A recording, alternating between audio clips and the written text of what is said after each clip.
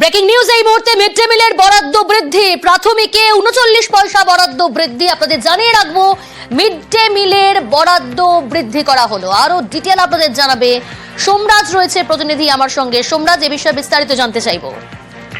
দেখো, কেন্দ্রীয় সরকারের তরফে মিড ডে মিলের বরাদ্দ বৃদ্ধি করা হয়েছে, যেটা নির্দেশিকা জারি করা হয়েছে। সেখানে দেখা যাচ্ছে প্রাক প্রাথমিক এবং প্রাথমিক স্তরে 39 পয়সা বাড়ানো হয়েছে, উচ্চ প্রাথমিক স্তরে 88 পয়সা বাড়ানো হয়েছে।